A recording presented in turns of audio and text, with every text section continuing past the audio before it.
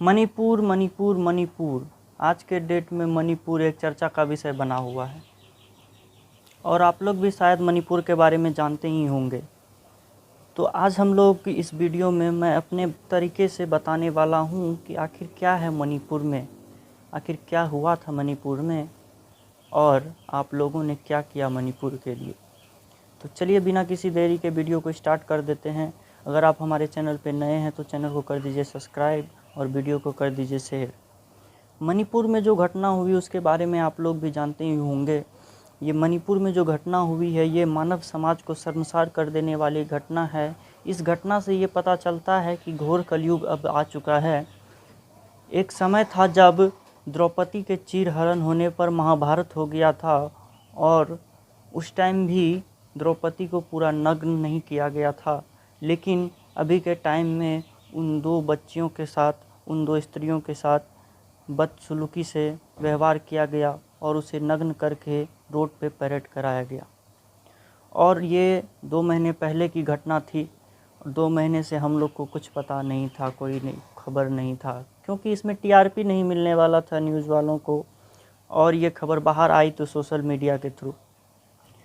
और ये मानव समाज के लिए बहुत ही शर्मनाकजनक बात है।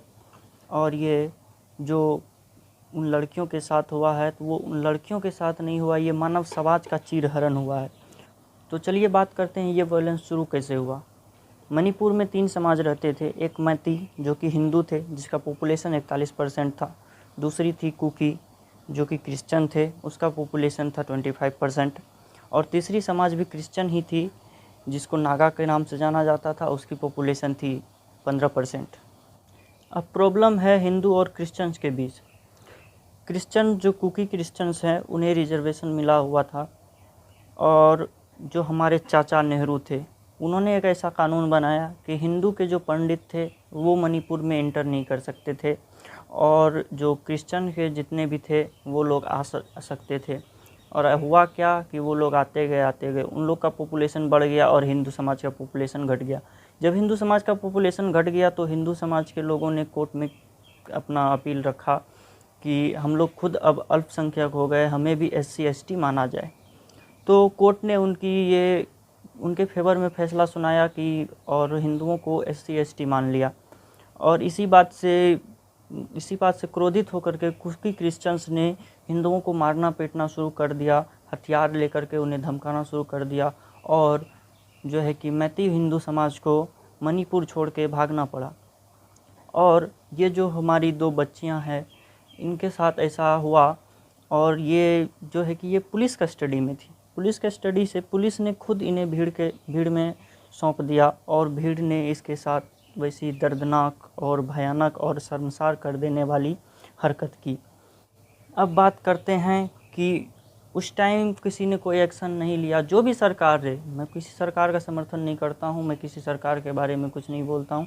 जो भी सरकार रहे उस टाइम कोई किसी ने नहीं लिया, ठीक है, चाहे वो बीजेपी हो, कांग्रेस हो, कोई भी हो, ठीक है, कोई किसी ने वहाँ पे एक्शन नहीं लिया और जो है कि वहाँ की बातें किसी ने नहीं सुनी। उन लोगों का जो है कि दर्द किसी ने नहीं सुना, किसी न्यूज़ वाले ने नहीं दिखाया, कहीं कुछ नहीं, बस ये चलता गया।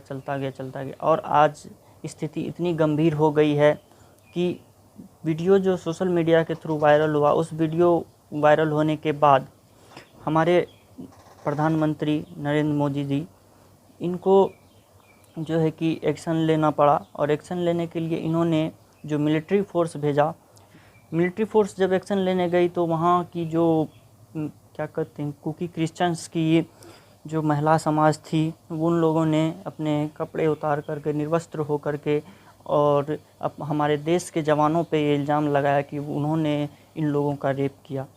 और हमारे देश के जवानों पे, आर्मी फोर्स पे ऐसा घिनौना इल्ज़ाम लगाया। ठीक ऐसा ही हुआ था हमारे कश्मीर में भी जो उनके पुरुष होते थे, पुरुष समाज, वो वायलेंस करते थे और पुरुष समाज को बचाती थी उनकी महिला समाज। और सेम कहानी हमारे मणिपुर में भी हो रही है कि पुरुष गलतियां कर रहे हैं और महिला उसको बचाने के लिए हद पार कर चुकी है जो कहना चाहिए घोर कलयुग आ चुका है, हद पार कर चुकी है। वो अपने निर्वस्त्र हो करके हमारे भारतीय जवानों पे ये इल्ज़ाम लगा रही है कि हमारे भारतीय जवान ने उनका रेप किया है, और ऐसा घिनौना इल्ज़ाम हमारे भारतीय सेना पे लगा रहा है। और वो लोग एकजुट होकर के ऐसा कर रहे हैं, तो हमारे भारतीय जवान वहाँ पे कोई एक्शन नहीं ले पा रहे हैं। तो मैं आप लोगों से नम्र निवेदन करता हूँ कि हम लोग भी एकजुट होकर के हमारे भारतीय समाज, भारतीय सेना को और हमारे सरकार को सपोर्ट करें, ताकि वहाँ पे कुछ एक्शन लिया जाए और हमारे मैती हिंदू समाज को न्याय मिल सके। और इस अभी से 2 महीना पहले ये घटना हुई है, तभी किसी ने कुछ नहीं कहा, किसी ने कुछ नहीं बोला। और अभी भी अगर आपने किसी ने कुछ नहीं बोला तो मैं समझूंगा कि ये पूरा देश जो है ना मर चुका है, अंदर से आत्मा मर चुकी है पूरे देश की। क्योंकि ये आपके घर में नहीं हुआ है, आपकी बहन बेटी के साथ नहीं हुआ है, इसीलिए आप लोग कुछ नहीं बोल रहे हैं, कुछ नहीं कर रहे हैं। सभी मिल कर के जोरदार समर्थन कीजिए हमारे भारतीय जवान का, ताकि उन लोगों के खिलाफ कुछ एक्शन लिया जाए। वो जितने भी हो, 1000 2000 जितने भी, सारे को एक साथ सज़ा मिलनी चाहिए, ताकि ये इतिहास बन जाए। कि एक इतिहास बना था जब द्रौपदी का चीरहरण हुआ था, तो महाभारत हो गया था। और जब इतने लोगों को एक साथ भयंकर सज़ा होगी तो भी एक इतिहास बन जाएगा। और ऐसा हरकत करने से पहले कोई भी इंसान, कोई भी समाज 10 बार सोचेगा और उसकी रूह कांप जाएगी ये करने से पहले।